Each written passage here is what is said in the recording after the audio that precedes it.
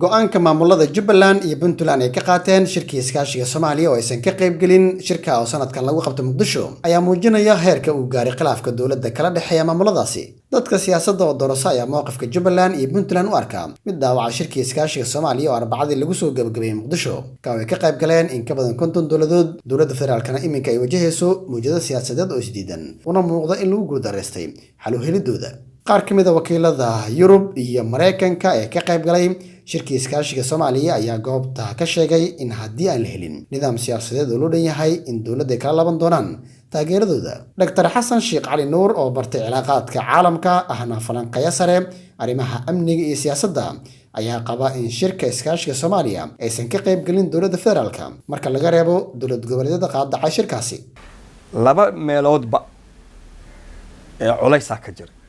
kasoo qaybgalka dowladda federaalka ah iyo kasoo qaybgalka maamul goboleedyada. dadku waxay sheegayaan oo ay leeyihiin maamul goboleedyadii Jubbaland iyo Puntland ka maqnay, laakiin dadka wax garta waxay ku dari karaan waxa ka maqnay dowladda federaalka laftigeeda ka maqneed,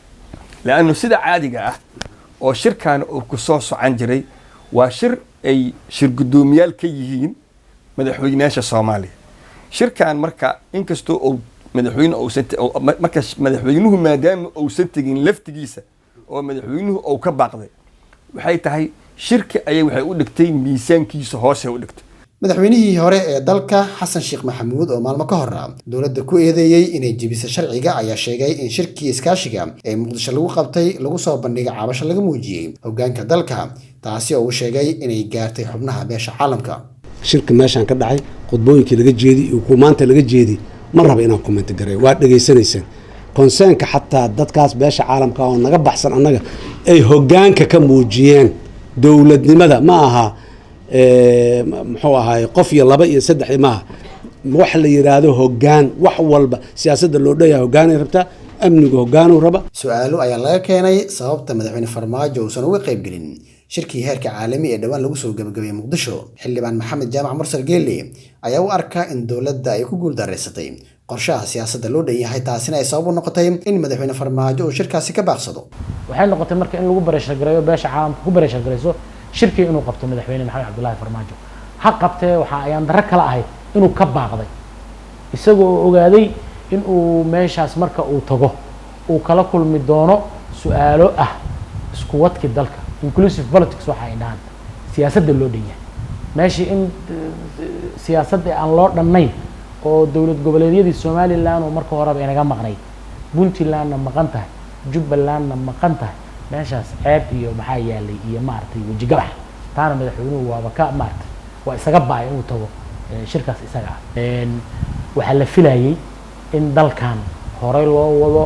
oo caburinta iyo maartay waxa hadda ay ku socdaan laga gudbaa yaa la filayay. shacabka Soomaaliyeed waa ogeyd sida ugu soo banaan baxay Maxamed Cabdullaahi Farmaajo markii la doortay madaxweynaha Jamhuuriyadda Soomaaliya, laakiin maanta adiga xogaal baa u tahay iyo shacabka Soomaaliyeedna xogaal bay u yihiin in uu rabitaankii iyo wixii lagu doortay uu baal maray oo dastuurkii jabiyay oo qodobo dastuuri ah jabiyay. qodobadii ka soo baxay shirkii iskaashiga Soomaaliya ee toddobaadkii hore lagu soo gabagabeeyay Muqdisho waxaa ka mid ahaa in la helo siyaasad loo dhan yahay. haddaba dowladda ma ku guuleysan kartaa qorshahaasi siyaasadda loo dhan yahay? Dr. Xasan Sheekh Cali Nuur xaqiiqi ahaantii siyaasadda Soomaaliya waxay jahawareertay oo ay wadadii ka dhuntay markii hay'adda fulinta ee Soomaaliya ama villa Soomaaliya ay istustay si ay dalkan kaligeed u xukunto oo awood dheeri ay u samaysato ay dhabar jibisay hay'addii sharci dejinta oo dalkan u qaabilsaneed dowladnimada iyo hooyanimada oo ah golaha shacbiga oo maalin cad gudoomiyihii golaha shacbiga intuu ummadda soo hor istaagay 9 Abriil 2018 oo dadka Soomaaliya si cad ugu sheegay oo dhahay waa la isxoogay. horta Soomaaliya maalinkaas ayaa waxaa daaqada ka baxay siyaasad loo dhan yahay iyo inay Soomaaliya isku timaado iyo dalkan dowladnimadiisu inay hore u socoto. maalinkaas horta meeshaas ku dhamaaday. Sheekh Shariif Sheekh Axmed madaxweynihii hore ee dalka ayaa dhankiisa dowladda ku dhaliilay shirka Muqdisho lagu qabtay oo aysan ka qayb gelin Puntland iyo Jubbaland, waxaana uu sheegay in taasi ay khatar ku keeni karto dowladnimada. waxaan aad uga xunnahay in halkan shir maamul goboleedyada iyo dowladda u dhaxeeya lagu qabto Soomaaliya dhexdeeda maamul goboleedana ay ka maqan yihiin arrintaas waxay dhiiri gelinaysaa in dalku kala furfurmo waxaana u aragnaa khatar soo waajahaysa dowladnimada Soomaaliya sidaas darteed waxaan rabnaa inaan idiin sheegno inay habboon tahay internationalku waa mahadsan yihiin dadaal badan ay sameeyeen laakiin annaga waxaan filaynaa inay dhiiri geliyaan wadajirka dadka Soomaaliyeed marka laga soo tago khilaafka dowlad goboleedyada iyo dowladda federaalka hoggaanka sare ee dalka ayaa iminka wajahaya mucaarado xooggan oo ka dhalatay xanibaadii safar ee madaxweynihii hore ee dalka Sheekh Shariif Sheekh Axmed Dr. Xasan Sheekh Cali Nuur ayaa u sababayay xanibaadii Sheekh Shariif oo dowladda macay Sheekh Shariif ugu diiday inuu tago Kismaayo dadku waxay ku jawaabeen waxay yiraahdeen madaxweyne Sheekh Shariif hadduu Kismaayo tago oo ka qayb galo caleemasaarka madaxweyne Axmed Madoobe waxay sharciyad siihe madaxweyne Axmed Madoobe inuu madaxweynaha Jubbaland uu yahay su'aal Soomaaliya yaa madaxweyne ka ah ma Maxamed Cabdullaahi Farmaajo madaxweyne ka ah mise madaxweynihii hore madaxweyne Sheekh Shariif haddii Maxamed Cabdullaahi Farmaajo uu madaxweyne ka yahay una dhahay wax sharciya ma laakiin laga cabsanayo